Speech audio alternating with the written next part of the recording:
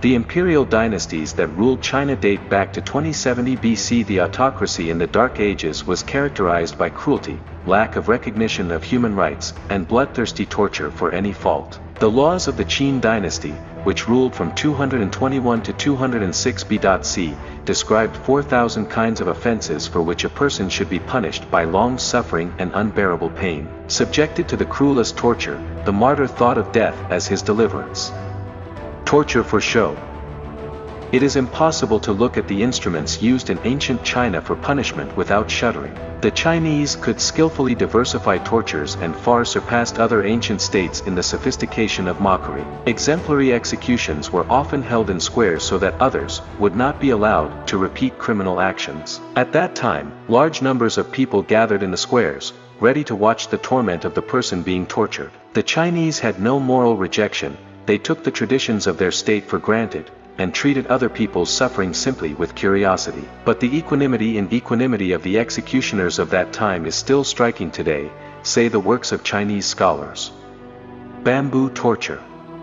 One of the most brutal tortures. Bamboo shoots were pre-sharpened with a knife. The perpetrator was suspended horizontally so that the sprouts were under the abdomen or under the back. The bamboo, growing more than a meter in one day, would plunge into the man and tear him from the inside. The torture was very long, and death would be the salvation. Such torture was used on Chinese who had committed serious crimes such as treason, espionage, or an attempt on the life of high-ranking officials.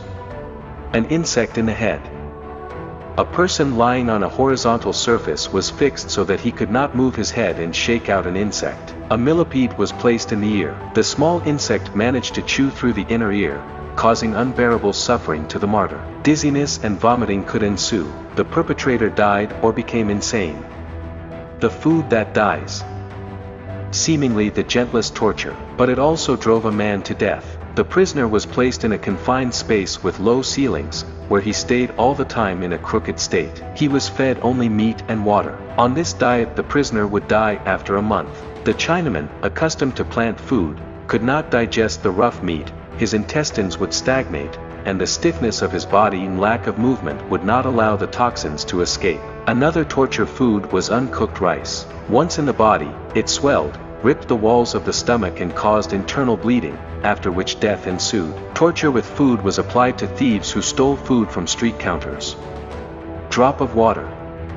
The culprit was placed in a cramped room that was cold and damp. He was tied tightly to a chair or bunk and not allowed to move. A container of water was suspended over his head, from which water constantly dripped, without the slightest interruption, on the same spot on his forehead. It seemed to be no big deal, but torture by monotonous drops of water, amidst hunger and rigor, was found to be one of the most psychologically excruciating. Water torture seems harmless, but this is only a first impression. In fact, it is not. The prolonged effect of the drops on the victim's forehead led to nervous breakdown and insanity. The executioners found it convenient to use this method of torture because it did not require any special devices, write the Chinese historians. The barrel. The victim was placed in a barrel with short spikes inside. Initially they caused only slight pain, and the offender might come to his senses and confess to his wickedness. If not, the victim was dragged by the hair through the barrel and suffered injuries incompatible with life. If the man was still alive, his wounds were sprinkled with a strong salt solution to prolong his torment. No sleep. The perpetrator was not allowed to sleep. He was lost in time and space, unaware of what was going on around him. He became soft-spoken and easily confessed even to the atrocities he had not committed. 1,000 cuts. The victim was immobilized and deep-stabbed all over his body with sharp knives. The process was non-stop. The man would bleed out and no part of his body would be left undamaged. He would either die of painful shock or tremendous blood loss. For women only.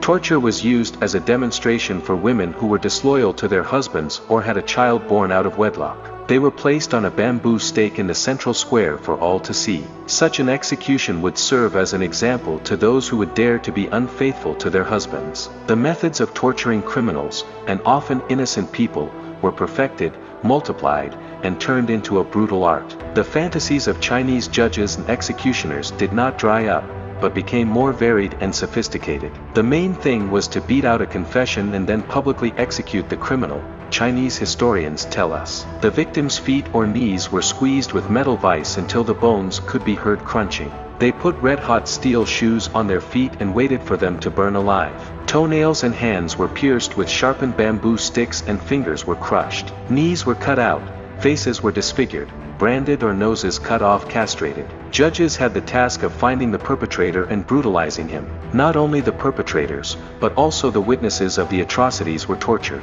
The person subjected to the cruelest torture had one desire: to end it and to die, if no other was given. And very often the innocent gave slanderous testimony against themselves, confessed to the crimes they had committed and brought their liberating death closer. And the executioners accepted their confessions without thinking that the person had incriminated himself in order to end his suffering. There was no presumption of innocence in ancient China. Human life had no value. A fine for breaking the law or imprisonment was not considered to be an effective measure for re-education. Only murder and torture, which had become a daily routine, could bring order to a country.